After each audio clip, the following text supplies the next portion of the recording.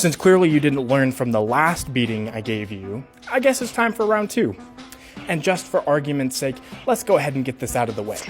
Just so that we don't go circular again for another 4 hours, because you refuse to acknowledge that we are not in a courtroom setting, nor did we have a judge or jury to actually moderate the discussion we were having, because again, beyond a reasonable doubt is not something that you get to decide as the opposition to my stance. It is something that an outside person decides whether or not I've actually fully proven my point, or whether or not there is reasonable doubt in which my stance would be wrong. But of course, since you clearly know so much about the legal system, you would have known that.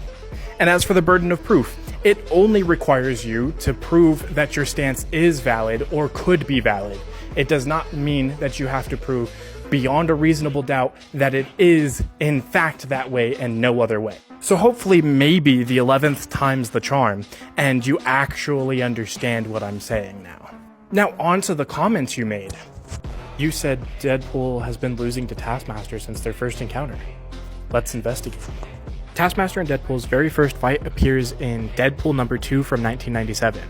And in this fight we see that Taskmaster actually does end up winning the very first fight that they have.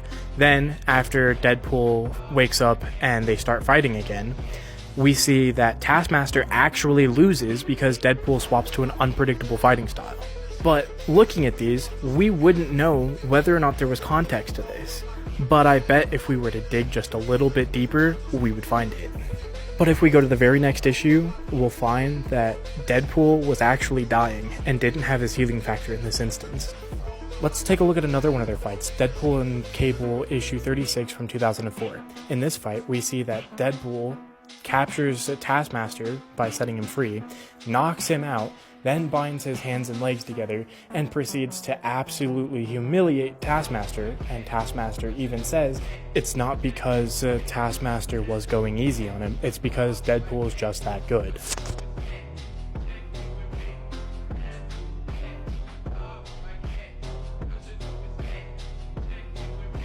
Going back to the 1997 era of Deadpool, in Deadpool Volume 1, Issue 35 or 36, we see that Deadpool and Taskmaster and one other person are hired to help do this job, and Deadpool, Taskmaster, and the other person is literally meant to do an initiation thing to see if they're good enough. Only Deadpool is able to succeed.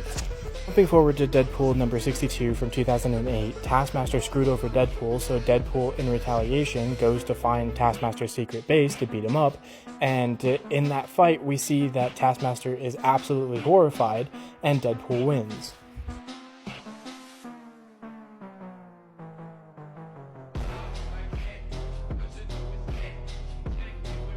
Now going to Despicable Deadpool number 297, where we see that Deadpool hires Taskmaster, Juggernaut, Bullseye, and some random homeless guy to beat him up, and they eventually end up doing so after great difficulty.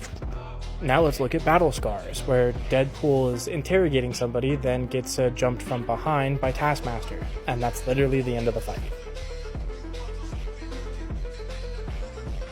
And now let's talk about Deadpool number 36, where Deadpool is surrounded by a bunch of people who are supposed to be his friends, and they all try to kill him, and as we can see, Deadpool kills most of them, but still ends up quote-unquote dying, and that's all we see. And now, finally, let's talk about Deadpool vs. Punisher. And this is the only time we've ever seen Taskmaster actually hold his own against Deadpool in any real meaningful way.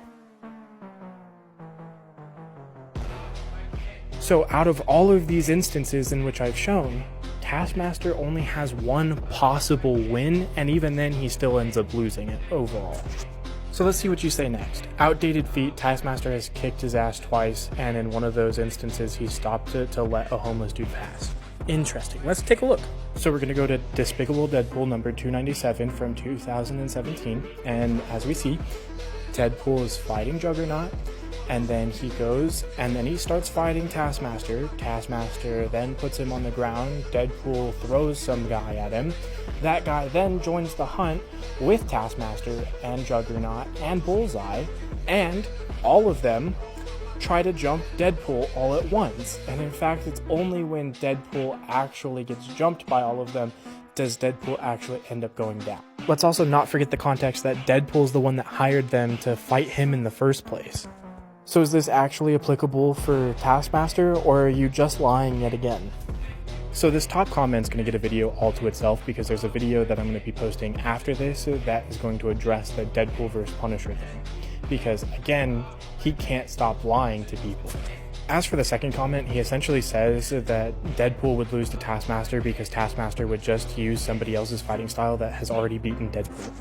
So considering the fact that we've discussed most and all of the most popular fights between Deadpool and Taskmaster, we know that this comment that he's made is an absolute lie, because if it would have worked, it would have been done a long time ago.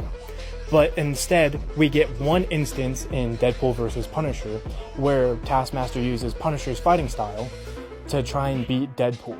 Does it ultimately work?